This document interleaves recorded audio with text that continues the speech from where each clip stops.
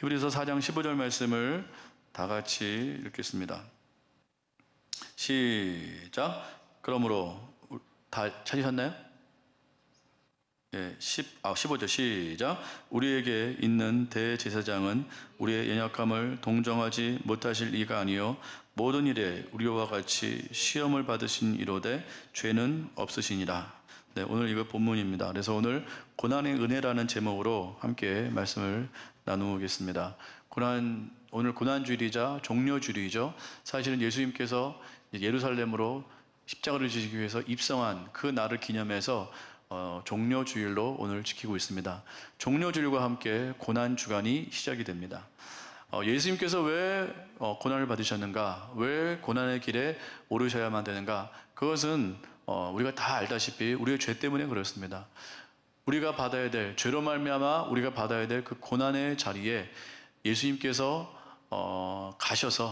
직접 가셔서 우리의 죄를 그대로 받고 고난을 받으셨다. 예수님께서 받지 않으셔도 될 그 고난을 우리의 죄 때문에 우리의 죄를 그대로 뒤집어 쓰시고 그 죄로 말미암는 모든 고난을 다 받으셨다라는 것입니다. 이게 진리죠. 이걸 다시 한번 말씀드리면, 설명을 하면 그대로지만 다시 한번 각인시키기 위해서 다시 한번 설명을 풀어서 해드립니다. 사실 우리는 죄 때문에 고난을 받을 수밖에 없어요. 우리의 인생은 고난으로 점철된 인생입니다. 우리의 인생 가운데 유토피아는 없어요. 영화나 드라마나 이런 소설이나 우리가 우주를 개발하고 우리가 첨단 기술을 개발해서 세상에 유토피아가 건설될 것처럼 그렇게 꿈을 꾸고 그렇게 소망을 하지만 절대 그럴 일은 없습니다. 왜냐하면 우리는 죄인이기 때문에 그렇습니다. 죄가 있는 곳에는 반드시 고난이 있고 반드시 고통이 있고 반드시 사망이 있습니다. 그래서 우리가 어디에 간들, 우주 어느 곳을 간들 인간이 있는 곳은 그것은 고통이 있을 수밖에 없고 그것은 미움과 질투와 아픔과 병과 질병과 사망의 것들이 있을 수밖에 없는 것이, 이건 저주가 아니고 이건 죄로 말미암는 당연한 결과입니다. 하나님께서 주시려고 한 것도 아니고 이건 죄로 말미암는 결과예요. 하나님께서 이걸 해결하기를 원하셨다라는 것이죠.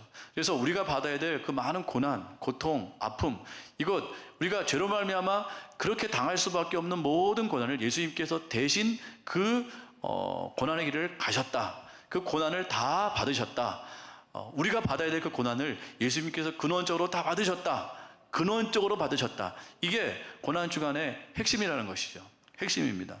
이게 대속의 은혜입니다. 대속은 무엇인가?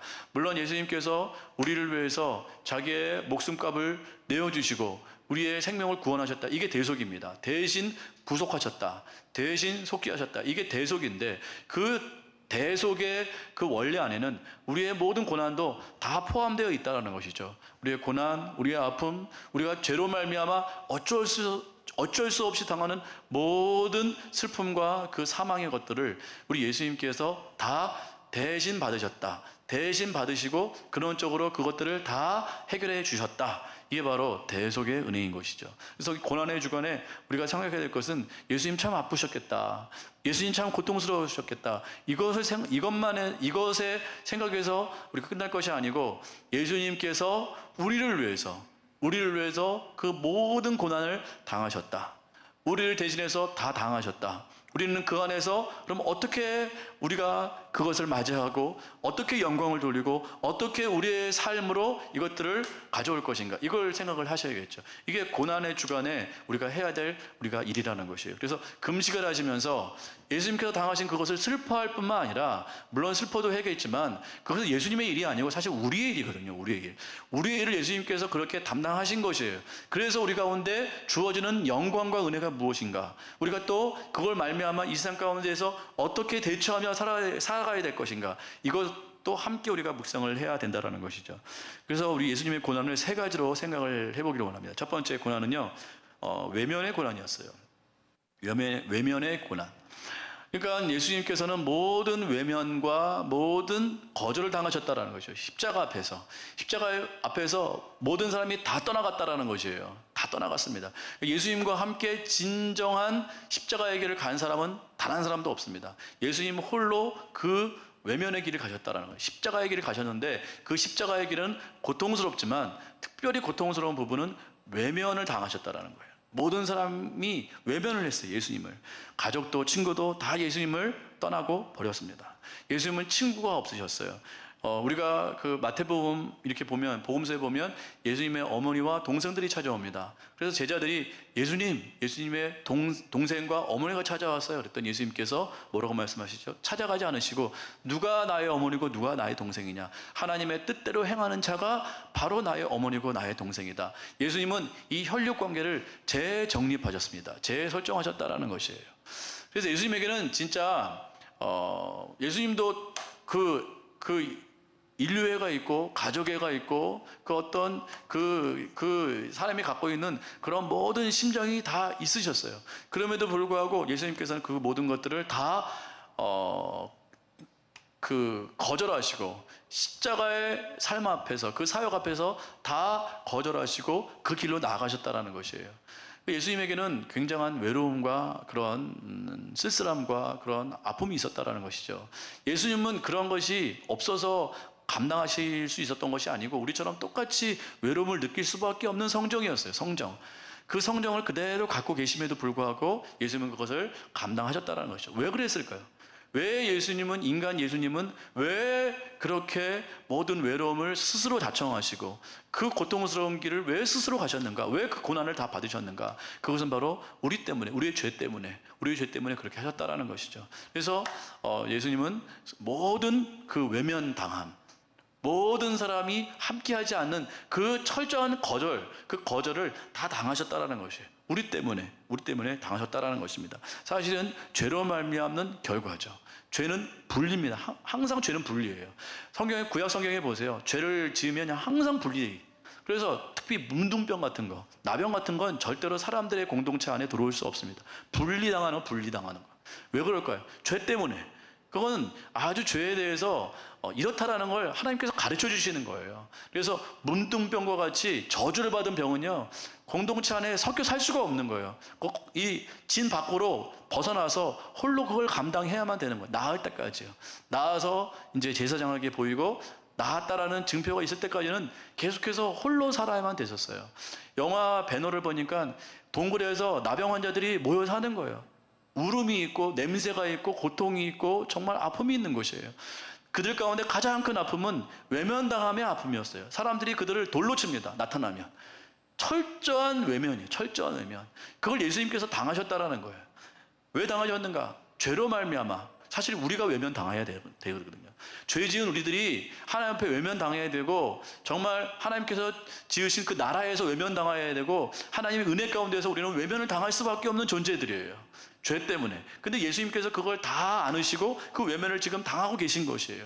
가족으로부터도 외면당하고 친구로부터 외면당하고 특별히 하나님으로부터 외면을 당했습니다. 그 고난의 길에서 하나님께 외면을 당했다는 거예요. 이건 말할 수 없는 고통이죠. 특별히 사랑하는 제자들이 있었습니다. 그들은 항상 함께 했지만 결국 결정적으로 십자가 앞에서는 다 도망가 버리고 말았어요. 그러니까 그들이 3년 동안 예수님을 따른 이유는 예수님의 영광 때문에, 예수님의 능력 때문에 따른 것이었어요. 그게 결정이 된 것이에요. 예수님은 이걸 다 아셨어요. 사람들의 마음을 다 아셨음에도 불구하고 예수님은 그들을 쫓아내지 않으시고 끝까지 함께 하셨어요. 그러나 그들 가운데 받는 어떤 위로는 없었어요. 왜요? 그들의 목적은 뻔하니까. 베드로를 비롯해서 모든 제자들의 그 속마음은 예수님의 능력을 보고 예수님께서 저러한 능력이 있었을 때 이스라엘을 회복하고 이스라엘이 해방되고 그 다음에 정말 이스라엘 나라가 세워질 때, 새로운 이스라엘 국가가 세워질 때 우리가 한자리 하겠구나. 우리는 여기에 목숨 걸자. 그러니까 예수님의 고난의 길, 십자가의 길, 생명의 길을 알아보고 따른 것이 아니고, 물론 나중에 깨달았지만 그 전까지는 예수님의 능력만 보고 따라온 것이에요. 그래서 여기에다가 우리가 투자하면 우리가 뭔가를 얻을 수 있겠구나, 이 마음으로 따라온 것이라는 것을 예수님도 아셨어요. 예수님은 하나도 이들 때문에 위로받은 게 아니에요. 맨날 엉뚱한 짓 하고 예수님 아프게 하고 예수님의 뜻을 몰라서 예수님 답답하게 만들고, 예수님이 이들 때문에 사실은 위로받고 격려받은 것이 아니고 하나의 무거운 짐이었죠.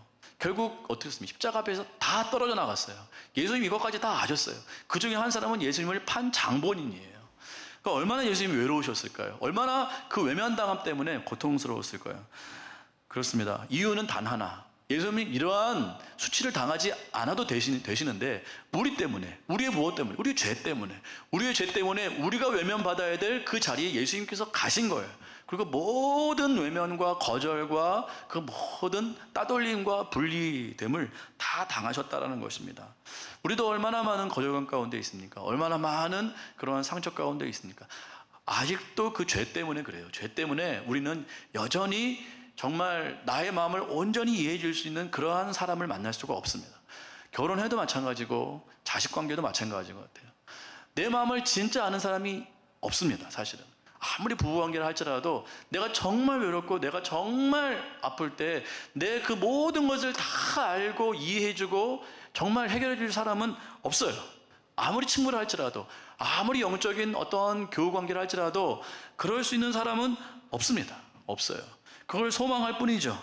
그러나 예수님은, 오늘 말씀 보니까 예수님은 우리의 성정을 다 아세요. 왜요? 우리의 깊은 모든 것을 다 경험하셨기 때문에.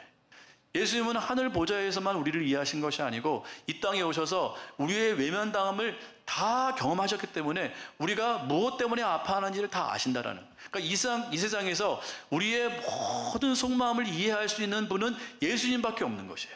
왜요? 우리의 모든 걸 다 경험하셨기 때문에, 죄로 말미암아 당해야 될 모든 아픔을 다 경험하셨기 때문에 우리의 진짜 모든 것을 아는 분은 예수님밖에 없다라는 것이에요. 히브리서 4장 15절 16절 다시 한번 읽겠습니다. 히브리서 4장 15절 16절 시작. 우리에게 있는 대제사장은 우리의 연약함을 동정하지 못하실 이가 아니요 모든 일에 우리와 같이 시험을 받으신 이로되 죄는 없으시니라. 그러므로 우리는 긍휼하심을 받고 때를 따라 돕는 은혜를 얻기 위하여 은혜의 보좌 앞에 담대히 나아갈 것이다. 우리가 우리의 연약함을 동정하지 못할 뿐이 아니다. 이거 왜 그렇죠? 우리의 연약함을 동정하지 못하실 뿐이 아니다. 이걸 옛날에 개역 한글에는 체휼이라고 그래요. 체휼. 우리의 연약함을 체휼하셨다. 체휼. 그 말이 더 와닿아요. 몸체자, 긍휼할 휼자. 그래가지고 예수님은 우리와 같은 똑같은 몸을 가지고 계시기 때문에 우리가 지금 외면당하고 따돌림 당하고 아파하고 외로워하고 정말 아무에게도 말하지 못하는 그 모든 심적인 고통, 그 모든 아픔을 예수님께서는 다 아실 수 있다는 소리예요. 다 동정할 수 있다는 소리입니다. 다 이해할 수 있다는 말이에요. 왜요? 그분이 그걸 그대로 당하셨기 때문에. 모든 우리가 당하는 이 모든 고통은 죄로 말미암아 당하는 것입니다. 죄로 말미암아 예수님께서 우리 대신 다 당하셨기 때문에 우리가 지금 무엇 때문에 아파하고 무엇 때문에 고통스러워하고 무엇 때문에 눈물 짓는지 다 아신다라는 소리예요. 그래서 우리가 그 보좌 앞에 나아가야 된다는 소리입니다. 왜요? 은혜를 얻기 위해서. 은혜를 얻기 위해서 그 은혜의 보좌 앞에 우리가 나아가야 된다는 것이죠. 그래서 우리는 그 예수님을 찾아야 됩니다. 예수님을 붙들 수밖에 없는 것이에요. 암 환자를 이해할 수 있는 사람은 암 환자일 뿐이에요. 암에 걸리지 않고 암 환자를 위로할 수 있는 길은 없습니다. 예수님께서 암 환자가 되셨다라는 소리예요. 김동호 목사님이 그 전에 신방하고 병자를 위해서 이렇게 설교를 하셨는데 그것과 차원이 다른 설교를 하시기 시작했습니다. 그분이 암에 걸리셨어요. 그래서 그분이 뭘 하셨는가? 암병동을 돌아다니면서 설교를 하기 시작하셨습니다. 무슨 이렇게 기도회를 아주 크게 여셨어요. 암 환자만을 위한 기도회를 따로 집회를 여셔가지고 그렇게 해서 이렇게 설교를 하고 집회를 하고 기도를 하면 사람들이 그렇게 위로를 많이 받아요. 왜 그렇죠? 그분이 암 환자이기 때문에 그래요. 그분이 자기가 지금 암을 겪고 있어요. 그 사람이 목사이신 김동호 목사님인데 그분이 설교를 하니까 그게 먹히는 거예요. 그게 이해가 되는 거예요. 왜요? 암 환자니까. 예수님께서 암 환자가 되신 거예요. 왜요? 우리가 암 환자니까. 그러니까 암 환자를 이해할 수 있는 분은 예수님밖에 없는 거예요. 그분은 우리를 위해서 암 환자가 되신 거예요. 그러니까 우리에게 모든 위로를 하실 수 있는 것이죠. 내가 너를 안다라는 거예요. 내가 너를 안다. 네가 지금 무엇 때문에 아무에게도 말할 수 없는 그 고통을 예수님께서 아신다라는 거예요. 그러니까 예수님께 갖고 오라는 소리입니다. 예수님을 붙잡으라는 소리예요. 옛날에 이성미 씨가 개그우먼이죠. 이성미 씨가 암에 걸렸잖아요. 암에 걸리고 나서 첫 번째로 한 얘기가 그거랍니다. 내가 이제 암 환자에게 신방할 수 있겠구나. 내가 암 환자에게 전도할 수 있겠구나. 이성미 씨도 참 대단한 사람인 것 같아요. 뭐 본인 갑상선암인가를 걸린 것 같아요. 갑상선암을 딱 걸리고 나서 첫 번째로 한 소리가 조혜련인가 그 말을 했다고 하더라고요. 저 언니는 그 말을 처음 했어. 내가 이제 암 환자에게 전도할 수 있겠구나. 전도할 수 있는 거예요. 암 환자니까. 암 환자가 전도를 하니까 암 환자가 전도를 받는 것이에요. 우리에게도 마찬가지입니다. 우리의 이 연약함, 우리의 이 말할 수 없는 고통, 이게 죄로 말미암아 지금도 받고 있거든요. 사실은 아직 죄가 해결이 안 됐어요. 완전하게. 물론 근원적으로 해결은 됐지만 이 세상 사는 동안 아까 우리가 저 높은 곳을 향하여 불렀던 것처럼 어쩔 수 없는 고통과 아픔과 슬픔과 외로움과 쓸쓸함과 따돌림과 외면함, 이 모든 것은 있을 수밖에 없어요. 왜? 죄가 아직까지 있기 때문에. 그 죄로 말미암아 당하는 이 모든 고통, 이것을 예수님께서 아신다라는 거예요. 당하셨기 때문에, 암 환자이기 때문에 아신다라는 거예요. 예수님께 가져가면 예수님께서 다 치유해 주시고 위로해 주시고 낫게 해주시고 이기게 하시고 극복할 수 있도록, 뛰어넘을 수 있도록, 돌파할 수 있도록 우리 예수님께서 은혜를 부어 주신다라는 거예요. 그 은혜의 보좌 앞에 나아오라는 소리예요. 근데 안 나가면 아니에요. 안 나가면 나가야 된다라는 소리입니다. 예수님께서 지금 그 자리에 우리를 초청하고 계신다라는 것이에요. 그래서 외로울 때 예수님을 붙들어야 됩니다. 배신당하고 외면당하실 때 예수님을 붙들어야 됩니다. 예수님밖에 우리를 진짜 이해할 분은 없어요. 가족도 안 되고 남편도 안 되고 부인도 안 되고 다 안 돼요. 예수님밖에 없어요. 예수님밖에 진정한 친구가 없어요. 우리 찬송가가 죄짐 맡은 우리 구주 어찌 좋은 친구인지, 걱정 근심 무거운 짐 우리 주께 맡기세. 주께 고함 없는 하지 않은 거로 복을 얻지 못한다. 사람들이 어찌하여 아뢰할 줄을 모를까. 이 찬송가 우리가 알지 않습니까?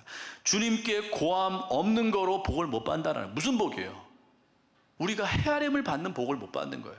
우리가 위로받는 그 복을 못 받는 거예요. 예수님께 아뢰지 않기 때문에. 무슨 마음으로 아뢰야 될까요? 우리의 모든 걸 아시는 예수님. 그게 가장 큰 위로라는 것이에요. 전능하신 예수님께서 우리와 같이 다 당해 보셨기 때문에 우리의 그 속마음을 다 아신다라는 거예요.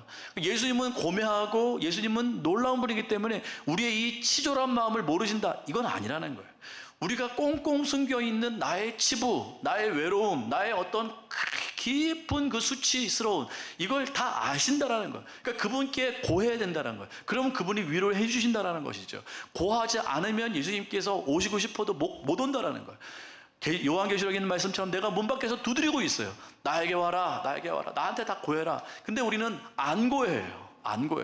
밖에 안에서 문을 열어야만 예수님께서 우리 안에 들어올 수 있는데 우리는 그 문을 열지 않습니다. 우리가 문을 열지 않으면 예수님께서 들어오실 수가 없는 것이죠. 그렇기 때문에 우리는 예수님께 다 고해야 됩니다. 그러니까 가장 힘들 때, 고통스러울 때, 우리가 사역할 때도 많이 힘들어요. 사실은 사역할 때도, 참 어제도 아내하고도 많이 얘기를 했는데, 사역할 때도 정말 원치 않는, 이게 오해 아닌 오해도 받고 원치 않는 얘기를 들을 때도 있고, 이 사람 얘기 저 사람 얘기, 때로는 모함도 받고, 사실 밤에 뜨는 별 이렇게 주관하시는 목사님도 별별 사람이 다 있다라는 거예요. 그러니까 인터넷으로 이렇게 집회를 하니까 그게 좀 인기 있으면 별별 사람이 와서 공격을 한다라는 거예요. 막 말도 안 되는 공격을 한다라는 거예요. 하나님 일을 하면서 이게 고통을 당하는 거예요. 하나님 일을 하는데 왜 고통을 당하고 오해를 받고 모함을 당하고 왜 그런 소리를 들어야 되는가? 그게 죄가 있는 이 세상이기 때문에 그런 것이에요. 근데 예수님께서 아신다라는 거예요. 예수님께서. 왜? 경험하셨기 때문에. 암 환자이시기 때문에 다 안다라는 것이죠. 그래서 예수님께 우리가 고해야 될 것 같아요. 예수님께 우리가 나아가면 예수님께서 반드시 위로해 주시고 그 마음을 다 아시고 또 해결할 방법도 알려주시고 결국 능력도 부어주셔서 반드시 해결되게 하실 줄 믿습니다. 예수님께 나아가야 돼요. 왜요? 예수님은 우리를 잘 아시기 때문에. 자, 두 번째 고통, 육체의 고통을 당하셨다라는 거예요. 예수님 첫 번째는 거절의 고통을 당하셨고 두 번째는 육체의 고통을 당하셨다는 거예요. 십자가의 고통은 육체의 고통이었습니다. 뺨을 맞으셨죠. 육체적인 모진 수치를 다 당하셨어요. 채찍으로, 쇠납이죠. 그 갈고리와 같은 납채찍으로 엄청 두들겨 맞으셨습니다. 더러운 침을 맞으셨습니다. 머리에는 아픈 피 흘림의 가시관을 쓰셨습니다. 손과 발에 큰 대못을 박히셨습니다. 끔찍한 고통입니다. 옆구리에 찔리는 아주 말할 수 없는 고통을 다 당하셨습니다. 물과 피를 다 쏟으셨습니다.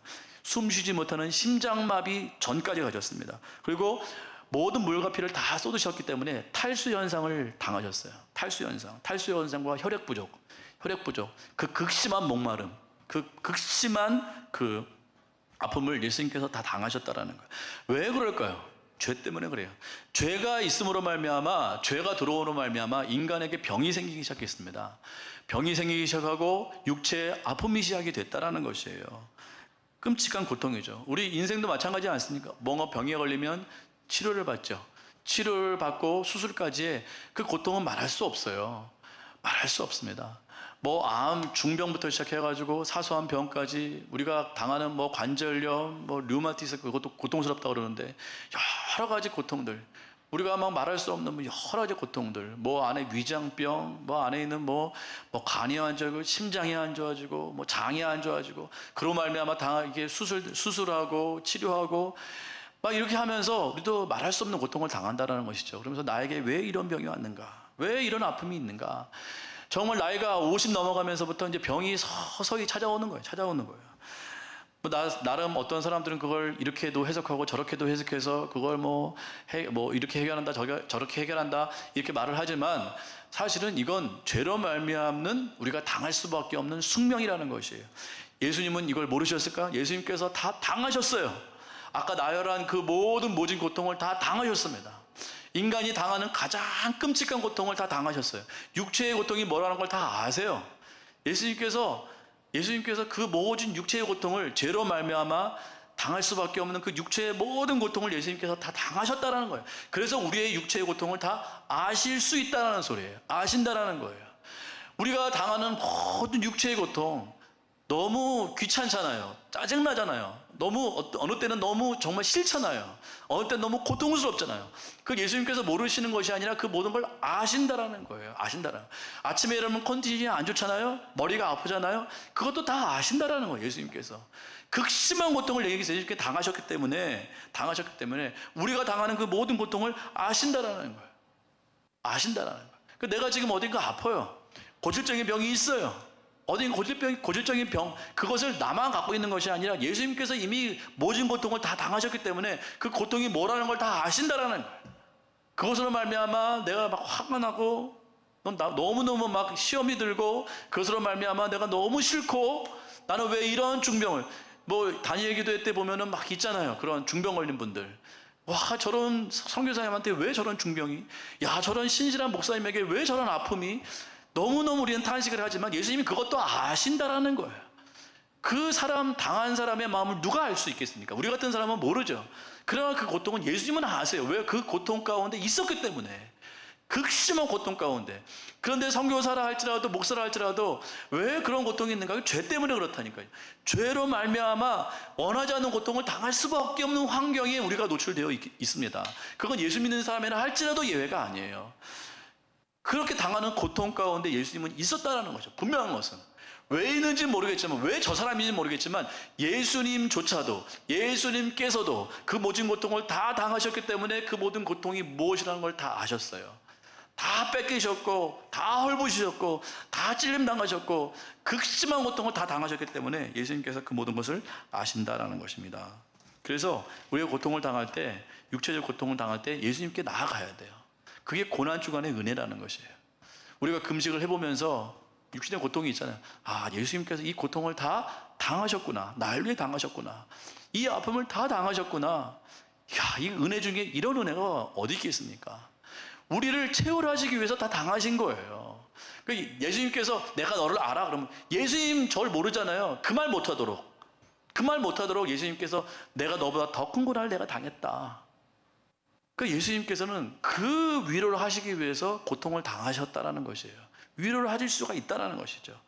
목요기도회 때, 이번에 느헤미야 목요기도회 때 지현우 목사님 기도인도 하셨는데, 그때 저희에게도 100만 원을 후원하신 분이 계세요. 그분이 어떻게 후원하셨는가? 그분은 암 진단비 몇천만 원 받은 걸 개척교회에 다 뿌리신 거예요.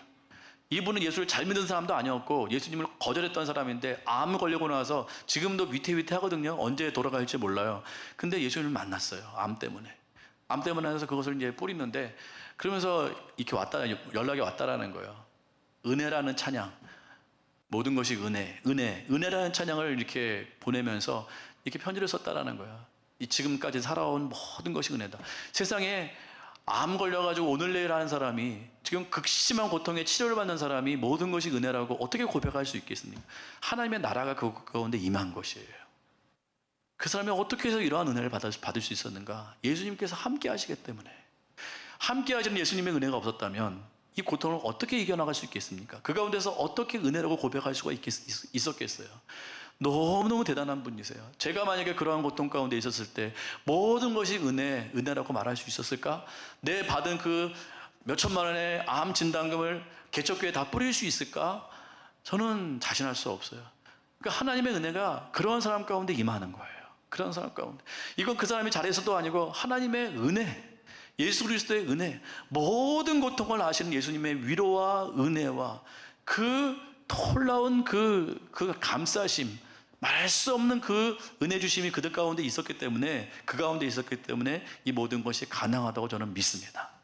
우리가 극심한 고통 가운데 있을 때에도 염려하지 않을 수 있는 이유는, 우리가 그러한 극심한 고통 가운데 있을 때 극심한 고통 가운데 그것을 상쇄하고도 남을 만한 놀라운 예수 그리스도의 긍휼하심의 은혜가 반드시 올 것이기 때문에 저는 믿습니다.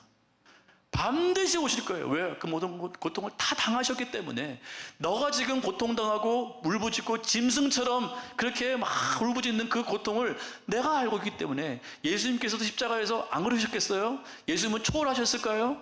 예수님은 초월해서 야 나는 하나도 안 아프다 이랬을까? 아니라니까요. 짐승처럼 울부짖으셨을 거예요. 아파가지고. 그래서 심포도주를 주잖아요. 고통 좀 덜 하라고. 그게 마취제라고 그러더라고요. 심포도주가.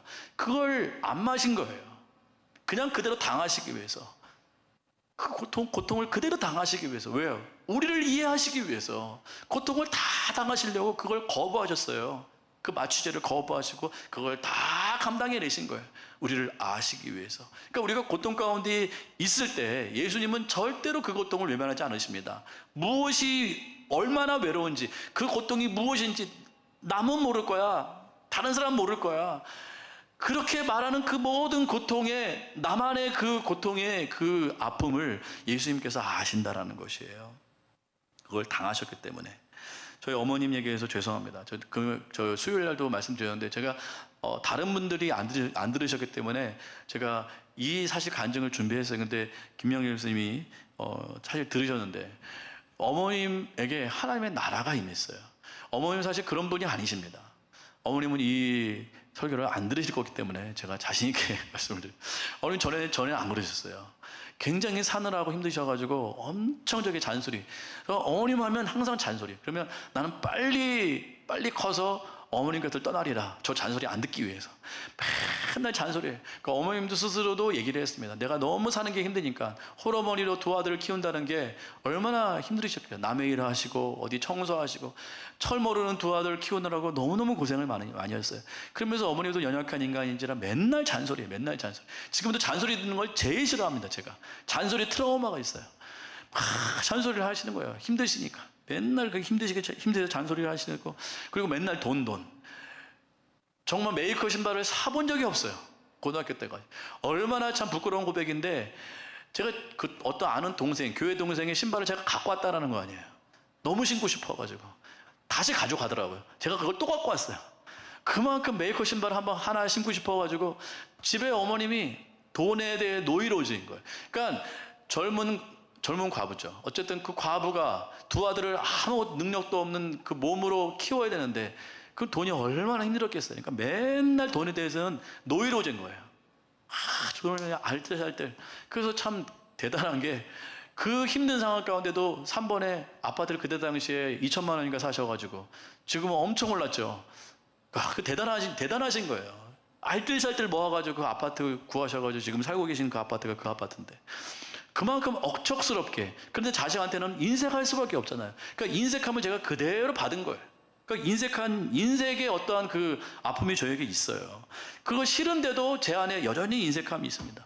어쨌든 돈에 대해서는 굉장히 인색하시고 궁핍하셨던 분이세요. 과부기 때문에. 그렇습니다. 그러니까 굉장히 어떻게 보면 어머님 인생은 굉장히 인색하고 굉장히 애달프고 굉장히 뭐랄까 이렇게 아주 치열하게 사시는 그런 인생이었어요. 근데 어느 날부터 어머님이 변하기 시작하더니 저는 은혜라고 생각해요. 그러면서 어머님은 저에게 항상 신앙을 강조하셨고 기도를 하셨던 것 같아요. 제가 안 보는 자리에서 기도를 하셨겠죠. 그러니까 기도를 하셨는데 어머님이 변하기 시작하신 게 나이가 이제 60 넘으시고 70 넘으면서부터 사람이 바뀌기 시작하더라고요. 돈에 대해서 이제는 예전과 같지가 않으시고 돈을 자꾸 이렇게 나눠주시려고 하시더라고요. 그래서 그 과도기 때 이렇게 저에게 말씀하신, 내가 왜 그 전에 계란 하나 제대로 못 사 먹고 내가 왜 그걸 못 사 먹었는지 이해가 안 된다고. 이해가 되죠. 당연히 살아야 되니까 그 어머님 말은 계란 하나를 마음대로 못 사 드셨다고 하더라고요. 그러니까 그게 어머님한테는 한인 거예요. 내가 왜 그때 그랬을까? 이제 그때는 지금은 나이가 드시니까 그런 것들이 이제 후회가 되는 거예요. 그렇게까지 안 해도 되는데. 그래서 저에게도 막 이렇게 주시려고 하시고 막 이렇게 주시려고 하세요. 그러니까 그때 그게 한이셨던 것 같아요. 그래서 어머니도 보니까는 이제 예전처럼 인색하지가 않고 자꾸 이렇게 베풀려고 하시는 것 같아요. 있는 재정에서 자꾸 나누시려고 하시더라고요. 그래서 참 바뀌었다. 제가 아내한테도 참 어머님이 바뀌었다. 예전에는 그렇게 억척스럽고 돈을 움켜쥐려고 했는데 참 많이 바뀌셨어요. 그래서 저에게도 이제 주려고 하고 저희가 뭘 드리려고 하면 자꾸 안 받으려고 하고 뭘 이런 걸 주려고 하고 그러면서 막 주면은 막 이렇게 화를 내시는 거예요. 왜 이걸 주니? 전에는 안 그러셨어요. 왜 안 내놓냐고 화를 냈죠. 너 돈 왜 안 버냐? 왜 돈 안 갖고 오냐? 맨날 그걸로 화를 내는데 지금 반대가 되셔가지고 왜 돈을 주냐고 막 뭐라고 하시더라고요. 지금 이번에도 이제 뭐 이렇게 있어서 제가 돈을 좀 드리면 주지 마. 난 다 있어. 그러니까 이랬던 분이 아니에요. 이때라는 거예요. 저분이 우리 어머니 출처가 뭐 뻔히 아는데 있다라는 거예요. 다 걱정하지 말라. 나 걱정하지 마. 너 났어. 이런 말 하시는 분이 아닌데 바뀌셨어요. 그리고 기도를 전에 말씀드렸듯이 2시간, 3시간씩 하는 거예요. 제가 어머니 기도한 걸 못 봤어요, 여태까지. 근데 사느라고 너무 바쁘셔가지고 그렇게 안 했는데 이제는 기도를 하시기 시작하는 거예요. 최근에 가서 봤더니 기도를 정말 제가 아들이 왔는데도 아들이 오면 얘기를 하고 이래야 되는데 얘기를 안 하신다니까요. 기도한다고. 저를 이렇게 외면하는 거예요. 예수님이 다 되셨어요. 가족을 이제 외면하고 하나님만 찾는 거예요. 너무 놀라운, 제가 그걸 보고서 어머님 앞에 이상한 경외감이 들더라고요. 하나님께 복을 주고 계신다 지금. 우리 어머님에게 그동안 너무 고통스럽게 사셔가지고 복을 주고 계신다. 기도로 복을 주시는 거예요. 물질이 아니라 복을 주고 계신다. 어머니 지금 하나님 앞에 복 받고 계신다. 세계 기도를 그렇게 하시는 거예요. 성경을 읽으시고 그게 너무 좋다라는 거예요. 너무 좋다라는 거예요. 그 기도하는 그 시간이 그냥 뭐 저한테 뭐 자랑하는 것도 아니고 저게 뭐 잘 보려고 하는 그게 아닌 거예요. 진짜 정신이 없어요.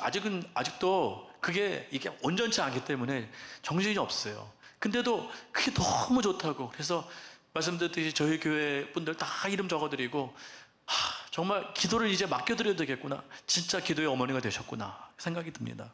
물론 그전에도 기도하셨겠지만 이제는 기도하는 게 전문적인 일이 되셔가지고 지금도 날마다 기도하시는 것 같더라고요.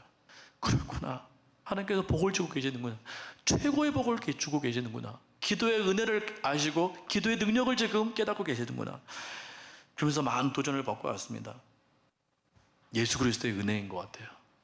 오늘 얼마 전에도 병에 이제 그 요실금이라는 그러한 이제 좀 짜증나는 그러한 질병이잖아요. 이거 나이가 들면 요실금이 생기는데 그 요실금을 겪으시면서 전에 같았으면 막 이렇게 하실 텐데 의연하시더라고요.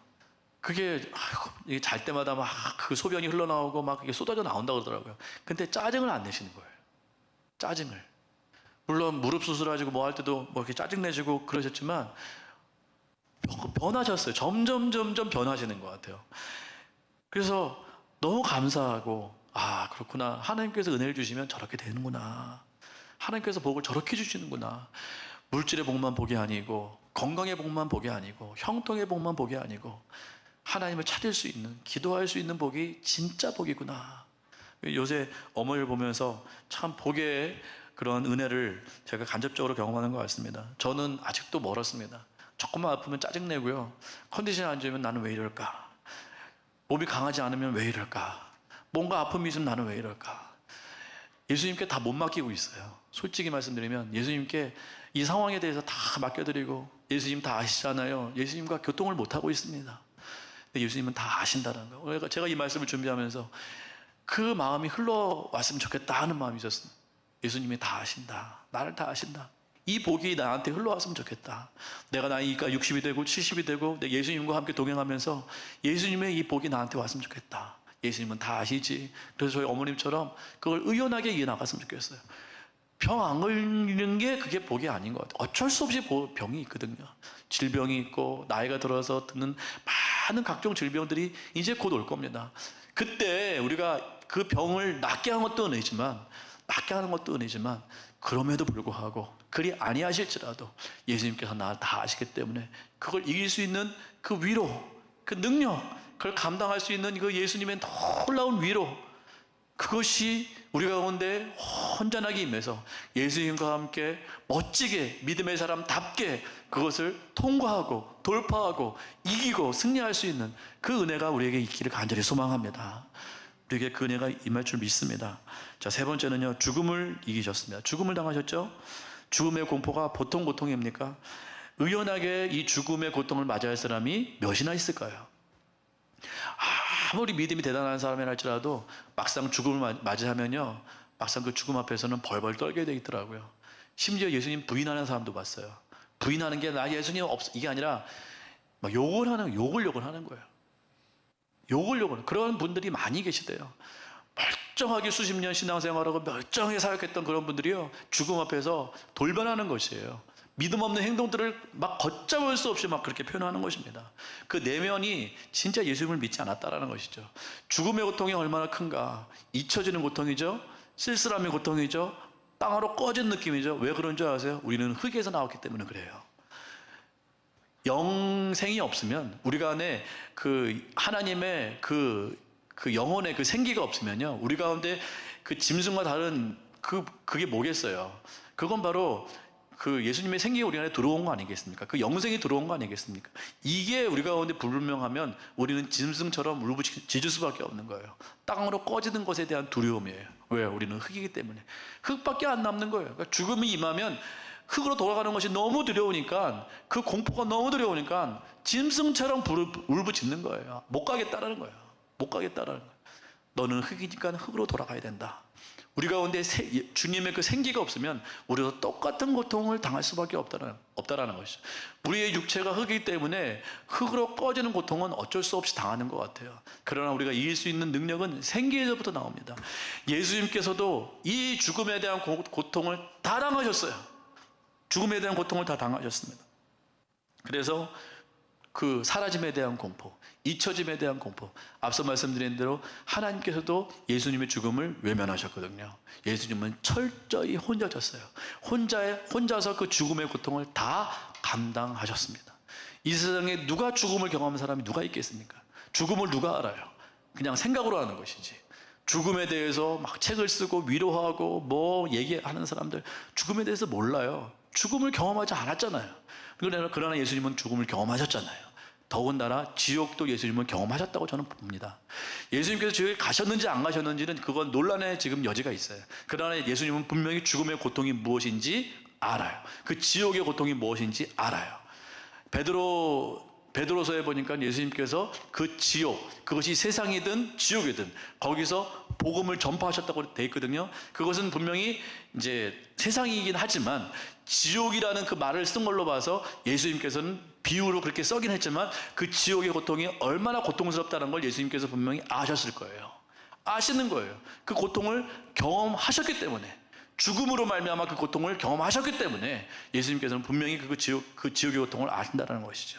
그러니까 우리가 앞으로 당하는 그 고통, 죽음에 대한 공포, 지옥을 맞이할 수밖에 없는 고통, 그것에 대한 두려움, 그 정말 잊혀지는 것에 대한 그 흙으로 돌아갈 수밖에 없는 그 고통을 예수님께서는 다 아신다라는 거예요. 그래서 우리를 위로하실 수 있다라는 소리죠.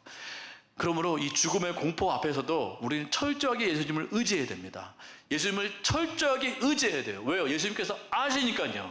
그것이 없다고 해서 믿음이 있다고 해서 그 고통이 없는 것이 아니라니까요. 그 죽음의 고통이 있어요. 흙이기 때문에 믿음이 있어도 믿음이 우리 가운데 있다 할지라도 그 고통은 찾아와요. 내가 잊혀질 것만 같고 이 세상을 떠나기 싫어하고 흙으로 돌아갈 것 같은 그 처참함에 대한 그 고통은 다 있어요. 이게 있다고 해서 우리가 믿음이 없는 사람이 아니에요. 믿음이 있으나 없으나 다 있어요. 그러나 그걸 이길 수 있는 능력이 우리 하나님 앞에 있는 것이죠. 특별히 예수 그리스도는 우리의 모든 고통을 다 아시기 때문에 그 고통 가운데서 이길 수 있는 모든 위로와 능력을 우리에게 줄 수 있다라는 소리입니다. 그분에게 아뢰셔야 돼요. 은혜의 보좌 앞에 나아가셔야 됩니다. 죽음에 대한 공포가 올 때마다, 정말 잊혀질 것에 대한 그 고통이 올 때마다, 죽으로 떨어질 것 같은 그 정말 말할 수 없는 그 고통이 우리 가운데 올 때마다 은혜의 보좌 앞에 나아가 예수님께 모든 걸 다 아뢰드려야 돼요. 그래야만 예수님께서 우리를 위로할 수가 있다는 소리입니다. 그러므로 우리가 예수 그리스도를 의지하셔야 돼요. 철저하게 의지하셔야 됩니다. 예수 그리스도를 의지하기 위해서 은혜의 보좌 앞에 우리의 대제사장 되신 그분께 나가야 돼요. 그분은 우리의 모든 고통을 동정하지 못할 분이 아니기 때문에, 체휼하셨기 때문에 그분께 나아갈 때만 우리가 위로받을 수 있고 참 해결을 받을 수 있다는 소리입니다. 고난의 주간 때 반드시 기억하셔야 돼요. 오늘 한 주간 보내시면서 예수 그리스도의 고난이 나에게 어떠한 의미인지 우리가 깊이 묵상하시면서 이번 한 주간 보내기를 간절히 소망합니다. 함께 기도하시겠습니다.